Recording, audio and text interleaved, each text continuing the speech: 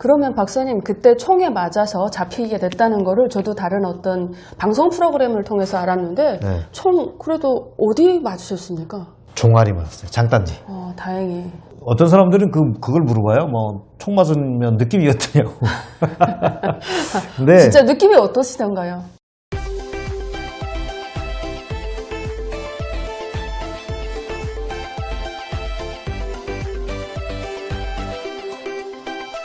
네, 시청자 여러분 안녕하십니까? 안녕하세요. 네, 여러분 우리 김동식 박사님 북한에 대한 관심이 많으신 분들은 아마 유튜브 채널을 통해서 이 채널의 어떤 존재를 아실 겁니다. 그래서 오늘 시마인TV에서 제가 우연히 이렇게 청소를 하다가 이 채널을 발견하게 되었습니다. 저도 북한에서 왔기 때문에 특히 우리 김동식 박사님의 살아온 여적에 대해서 제가 가장 궁금해서 인터뷰 요청을 드렸는데 흔쾌히 이렇게 응해 주셨습니다. 제가 박사님, 감사하죠. 네, 본인 소개 그래도 간단하게 좀 부탁드립니다. 저요? 저는 뭐 아시는 분들은 아시겠지만 81년부터 95년까지 그러니까 15년 동안 노동당 대외연락부에서 이제 난파공작원으로 활동을 했고요. 여기 한국에는 2번에 걸쳐서 침투를 했습니다. 네.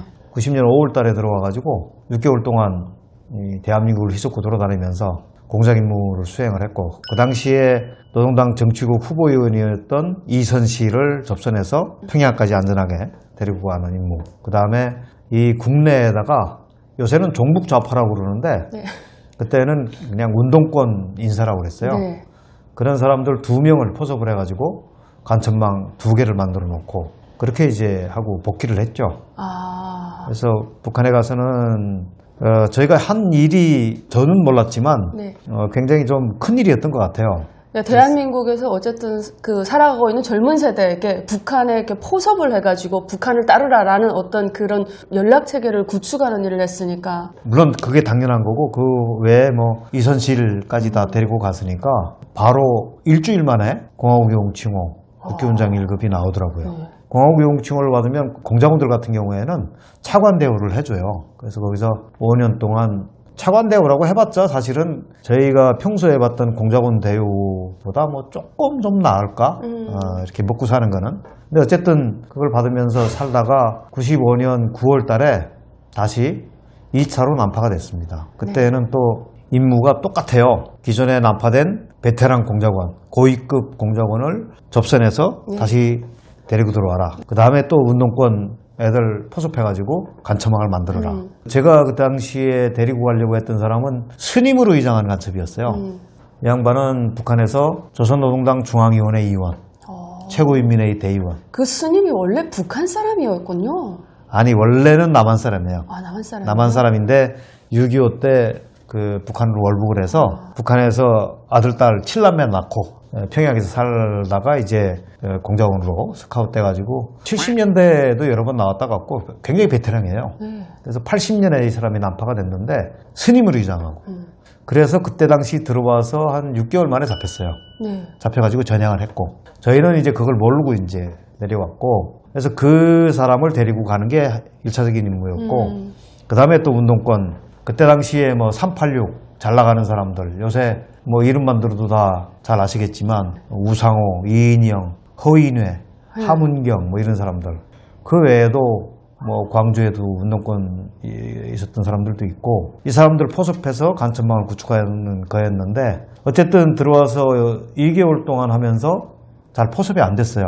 그래서 나중에 스님으로 위장한 간첩을 접선하기 위해서 정각사라고 하는 절에 갔다가 현장에 잠복하고 있던 안기부 경찰관들하고 이제 총격전이 붙어서 총싸움하면서 도망가다가 저는 총에 맞아서 잡혔고 제가 데리고 나왔던 저원은 제가 잡힌 지 3일 만에 현장에서 총에 맞아 죽었습니다.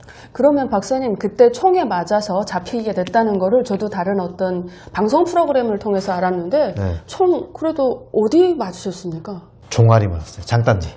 다행히. 어떤 사람들은 그걸 물어봐요. 뭐 총 맞으면 느낌이 어떠냐고. 근데 진짜 느낌이 어떠시던가요? 뼈가 으스러지는 느낌이겠죠. 맞는 순간에는 몰라요. 그러니까 저는 맞았는지도 몰랐고 일단 쓰러져 정신을 잠깐 잃었던 것 같아요. 쇼크 상태에 들어갔던 것 같아요. 정신을 차리니까 이미 잡혔어.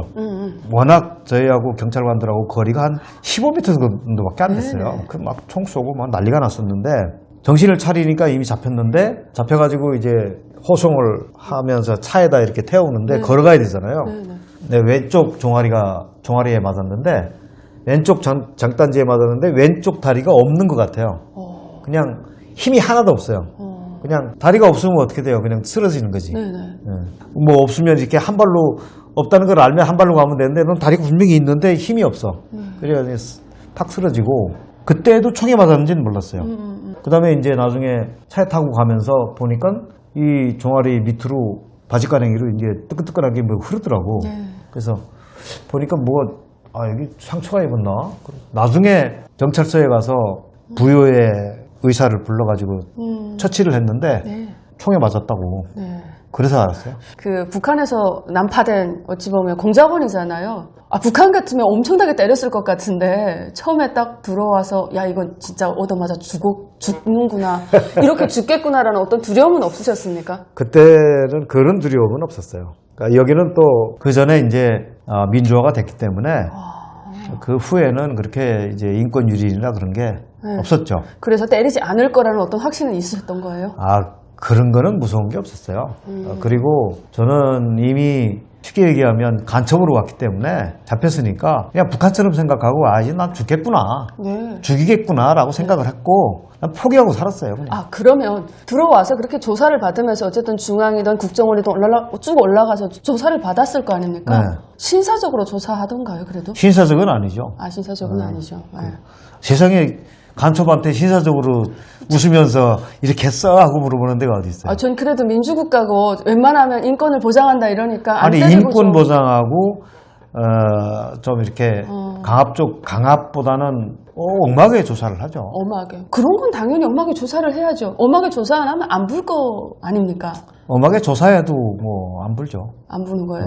그럼 어떻게 그러면 그 전향이라던가 전향이라고 말하면 좀 기분이 괜찮아요. 좀 나쁠 수 있죠. 왜냐하면 사상의 동향이 딱 이뤄가지고 전향이라는 게 그게 옛날에 뭐 일본 놈 편이 되는 거를 전향이라고 했는데 내가 갖고 있던 생각, 사상을 바꾼다는 게 물론 그게 쉬운 과정은 아니에요. 근데 그게 나쁜 것만은 아니에요. 그렇기 때문에 저는 전향이라는 말을 옛날에 뭐 일제 때 일본 놈 편에 서는 거는 그거는 그래서 나쁘게 사람들이 인식을 하고 있는데 자기가 올바르다고 믿는 사상을 자기가 이제 가지고 과거에 가졌던 생각을 바꾸는 게 전향이라면 그거는 저는 떳떳하다고 생각해요. 그러면 박사님은 남한에 왔다가 북한을 한번 갔잖아요. 그리고 또 다시 들어왔으니까 남과 북의 어떤 비교 같은 걸 봤을 거 아닙니까? 북한이라는 곳이 내가 태어난 곳이 뭔가 잘못됐다고 딱 느꼈던 순간은 어찌 보면 남한에 한번 내려왔다가 돌아갔던 순간일 것 같거든요.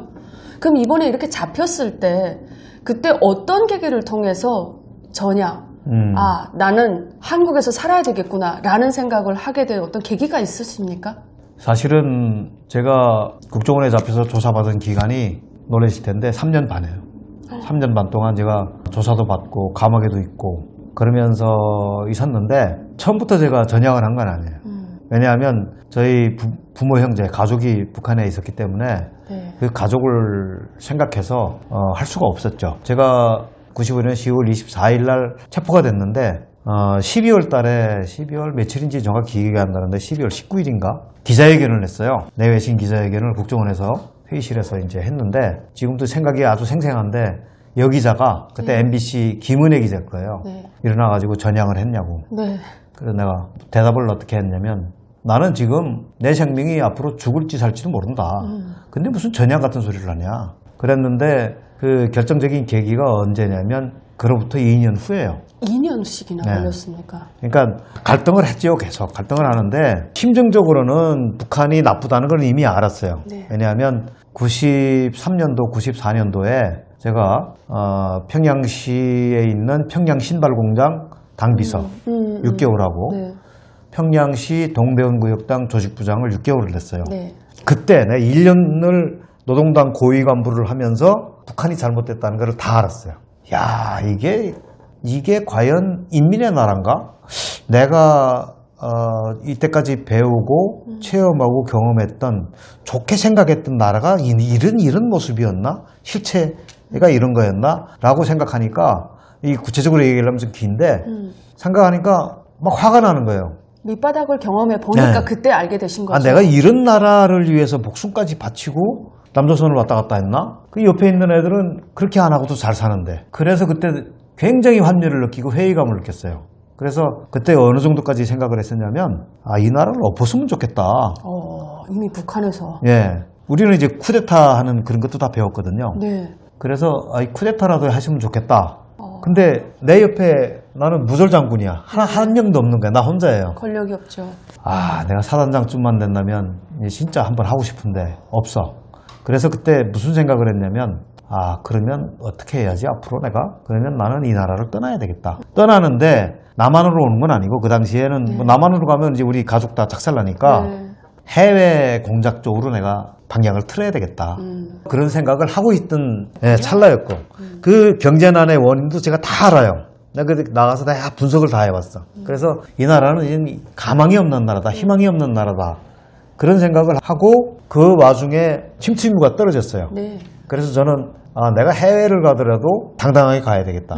뭐 비굴하게 뭐 뇌물 먹이거나 그런 거보다는 당당하게 내가 일을 해놓고 할 만큼 했으니 부서 좀 옮겨주세요 하고 이제 가려고 생각을 하고 이제 흔쾌히 하고 나왔는데 그래서 잡혔지만 또 북에 가족이 있으니까 이제 그러고 있었는데 왜 2년 만에 그랬느냐? 이거 설명이 좀 길어졌네요. 괜찮습니다. 네. 2년 후에 부부 공작조가 왔어요. 그래서 부부 잡혔어요. 공작조가 또 여기 와서 잡혔습니까? 부부 간첩이라고 그러는데 부부 공작조가 울산에 와서 공작을 하다가 검거가 됐어요. 그래서 그 부부 공작조 중에 여자는 죽었죠. 자살을 했어요. 앰플 깨물고 자살을 했는데 남자는 이제 살았고 자살하기 직전에 제가 국정원 그 조사 그 친구 받을 때 가서 여자는 못 만났고 남자를 만났어요. 만나가지고 이제 대화를 하는데 아는 지인이셨습니까? 모르죠. 네. 북한에서는 공작원들끼리 못 만나게 돼 있어요. 그것도 궁금하긴 합니다. 딱 차단이 돼 있어가지고 그런 거예요. 초대소 지역이 이렇게 쭉 있는데 네. 초대소가 이제 호수가 있어요. 뭐 이렇게 다 메터 2호, 2호, 3호 이렇게 쭉 네. 있고 4호에는 부공작조가 있다 하는 건 알아요. 네. 근데 그 요리사들끼리 다 알거든요. 네, 자기들끼리는. 그러면 이제 뭐 3호에 있는 부부공작조의 남자는 어떻게 생겼어? 여자는 이뻐. 이러면서 이제 자기들끼리 얘기를 해. 저도 이제 그 초대소에 있었으니까 만나가지고 이제 얘기를 하죠. 너 그때 4호에 있었지? 예. 나는 11호에 있었어. 그렇죠. 11호에 용팀이 있다는 거 알고 있었습니다. 그러니까 네가 하는 거예요. 네가 너구나. 서로 말 들었던 게 있으니까. 다 들었던 게 있으니까. 그래서 뭐 처음 만났지만 대화가 되죠. 또 그리고 같은 과 소속이었어요. 대남공작과. 네. 그래서 이제 궁금해서 이제 몇 가지를 물어봤죠. 내가 온 다음에 나 잡힌 다음에 네. 우리 담당 과장, 부부장, 지도원들 다 어떻게 됐냐? 네. 무사화되는 거예요. 그래? 뭐 그냥 뭐 약간의 어떤 뭐 경고 좀 받았겠죠. 뭐. 네. 그리고 나서 우연히 자기가 우리 가족에 대한 걸 들었다. 네.